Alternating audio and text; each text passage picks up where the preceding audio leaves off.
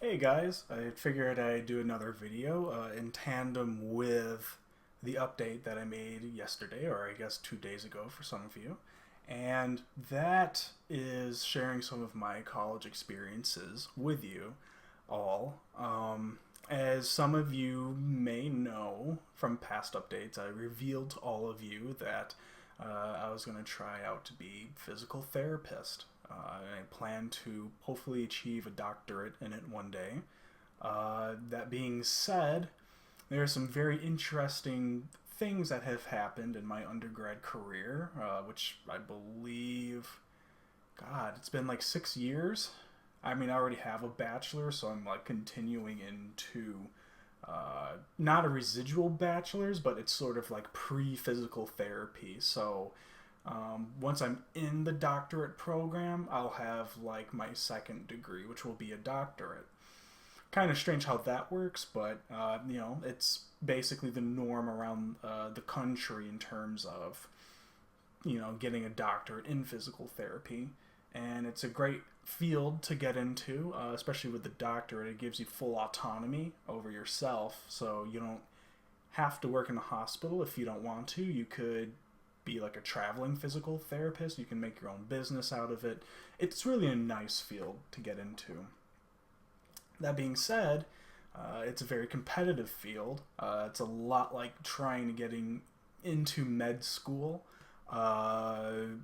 It's very math and science based. You really have to be good with stuff like physiology, anatomy, physics, chemistry, all that good stuff. So anyway, I figured I'd share with you one of my experiences, which was my Cadaver tour. And the interesting thing, I don't know if you guys know what a cadaver is. A cadaver is basically with no disrespect, a well preserved corpse of a person who has lived and has decided to donate their body for learning purposes. So basically, I took a combined anatomy and physiology course, which was taught by a certain professor at the college I go to, and he was very, how should I say this, serious about his job. He was interesting, an interesting person, and needless to say, basically, part of the requirement of the course, which was actually a requirement. We couldn't even get a completed grade if we didn't at least try to show up for it, is that we have to attend a cadaver tour, which would take about a couple hours. We could schedule an appointment towards the end of the semester and get experience looking at a cadaver. So, needless to say, signed up for it and showed up.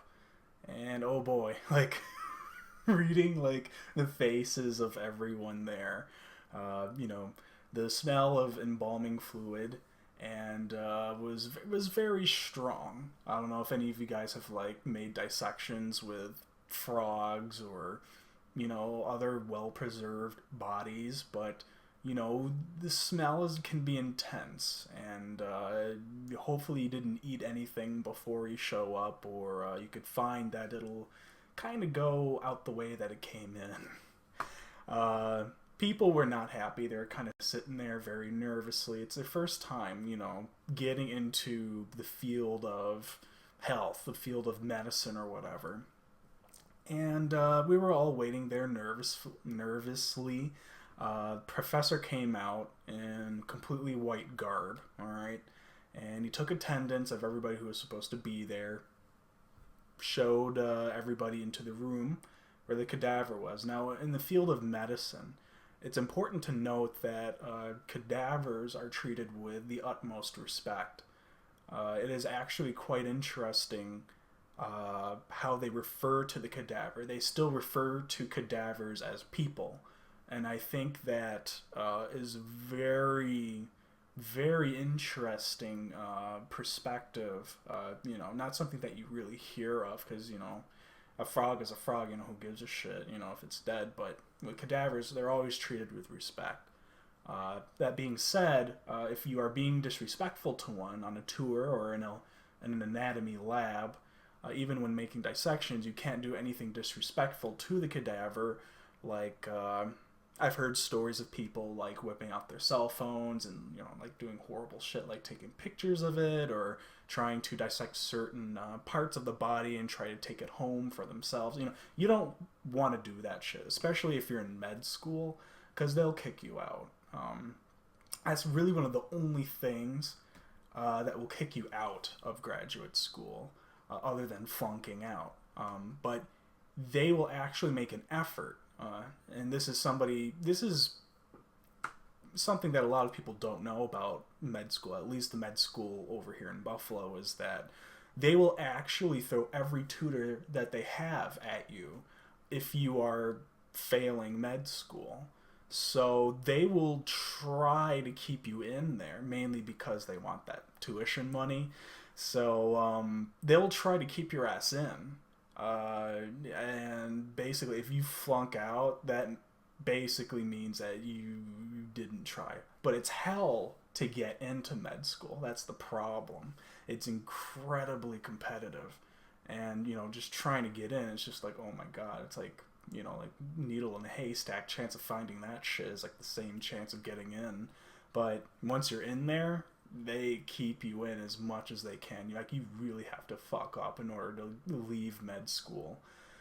So anyway, getting back to the point, cadaver tour. And, just gonna be honest with you guys, I'm not saying this out of disrespect for the cadaver or for anybody else. Well, maybe it might be poking fun at some of the reactions of the other students when I was there. But, our professor, was there, with the cadaver, and he instructed us to circle around the cadaver. And just like, oh boy, like normally I have like a really strong stomach. Stuff like that doesn't really make me queasy that much. I have problems with seeing the sight of blood, like stuff that's actually living. And I don't really know if I have like the capability of being like, I don't know, like a surgeon or whatever. But for the most part, stuff like that, like well preserved, something that's not going to bleed. But man, it was intense. Like the awkwardness was so thick in that room that you could like cut it with a knife. It was just like, wow. And, time came to where we had to open the cadaver up. And I was the lucky one who was instructed to help the professor do that. And I did okay. We opened it. There was already a dissection made. Opened the cadaver, and we observed the inner organs. And man, and this isn't even the best part. Like, this was just the beginning. Like, the professor, he was really trying to mentally prepare us for what was coming ahead. Because, in school, if you're trying to go for anything health medicine-wise, they require you to take anatomy labs. So you have to take this. There's no other choice. You can't go into grad school without completing, some type of actual anatomy lab. So anyway, we were observing structures, and he's so used to doing this too. He probably like secretly enjoys like torturing students. Like he was just like observe here and feel there and observe like how these organs feel. And it's just like people were like, we're just trying to like, like basically survive it. And then it turned into hard mode. Like he really was just laying it down on us. This professor, right, he pulls out a bucket and he has organs in it. And when I mean organs, I'm meaning organs. Like, there's like a whole library of that shit in there.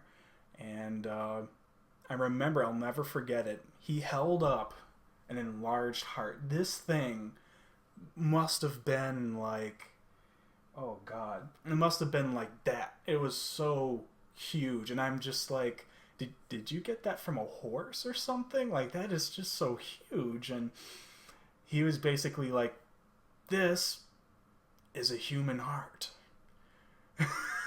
This is a human heart of somebody who's been suffering from the worst form of cardiovascular disease that you can think of. I mean, you're talking about an enlarged myocardium with incredibly small chambers on the inside, because basically what CVD is, it's kind of like plaque builds up everywhere in your arteries. So your heart has to pump harder. So it's pumping all that blood, and as the heart is actively pumping harder, the muscle's being worked more. So the myocardium, which is the muscle that consists of your heart, it's getting bigger and bigger and bigger, sort of like you bulking up. You know, it's just the more you use that muscle, the more it's being used to being used, if that makes any sense. So the muscle gets larger. And as the muscle gets larger and the plaque continues to accumulate, the chambers become really tiny. So now you're pumping out less and less and less blood as your heart gets larger. So basically what that means is death.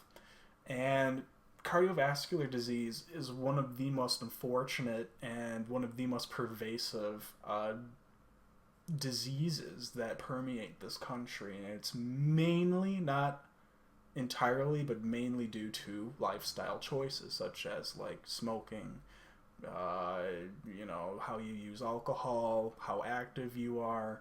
It constitutes a lot of factors. So basically he passed it around in a circle like it was a campfire or some shit. He's just like, here you go. And people were just like, we were all passing it around. I look at that shit, pass it around, and it was just great. And it kept getting harder and harder and harder, because then he showed us a normal heart, and he's just like, look at the difference. Like, the normal heart was, you know, the heart's about the size of your fist. So he was just like, okay, here's the frickin' hunk, and then here's the normal heart. Then he pulled out a brain. An actual, well-preserved human brain, complete with all of the arteries still attached to that thing.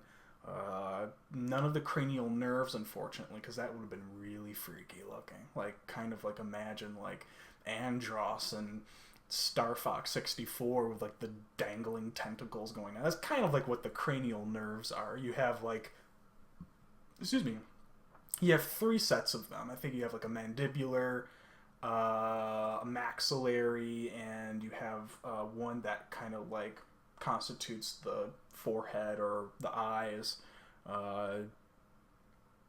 And believe me, I know like all of that stuff. I have all that stuff memorized, and it just takes hours, man. Like, doing the actual work of anatomy, you need to dedicate time, lots of it. I think I spent like on average 5 hours a day studying for that class for that entire semester, just for that class alone. And you know, I have every single muscle in the body memorized. You know what I like to do sometimes, you know, with people, or even most likely my girlfriend, who, you know, it helped me study a lot when I could basically just like take like her face or whatever and like name like all the veins and the nerves and all the stuff that, you know, lies inside of your head, and just go deeper and deeper and deeper, and naming those parts as well. So it's kind of, it's a really interesting science, and it's just really just a lot of stone cold memorization, recognizing structures and whatnot. It's just a lot of work. But anyway, passed around a brain. We were passing around a brain, and it was just like, okay, I don't think this can get any worse. Like, this is just like the most intense shit I've ever been through, and people were like hanging on. They were just like, You know, they're like on the table, like their hand was on the table, you know, breathing deeply, all that shit. So then hard mode turned into fatality mode. And just when I thought it couldn't get any worse or any more strenuous, he took out a leg. A leg. A whole leg. Leg. And was like,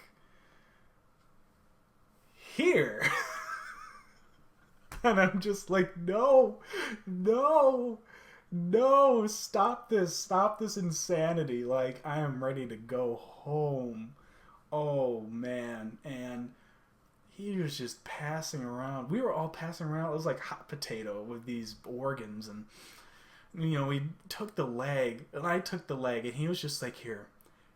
And just to, like, add insult to injury, he made us all do this. He was like, take tweezers and pluck at the ACL tendon. Now, ACL tendon is deep to the knee, and it connects, the tendons connect the bones, right? So you have the tibia and fibula.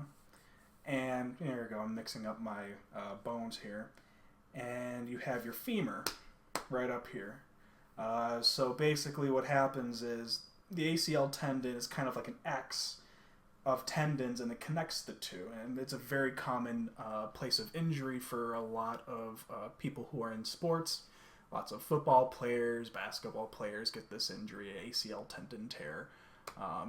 Sucks. It sucks when you have it, believe me. Like, it is not quite an easy thing to fix, even though it is very common within sports. But getting back to the point, like, we were plucking at the ACL tendon, you know, and observing how powerful it was. And I'm glad, in retrospect, I'm glad that he made me do that, because it made me realize that even though we're living organisms, it makes you really realize how powerful our internal organs are. I mean, we really underestimate the fact that we live every day with these things constantly going on inside of us. And it's just one of those things where, you know, you really don't know. And you really can't be thankful and appreciative for your body unless if you dissect another body and find out these things for yourself. So I don't even know if I'm supposed to be talking about this shit. Like, I don't know if I should upload this to YouTube, but it's definitely an experience that I wanted to share with all of you.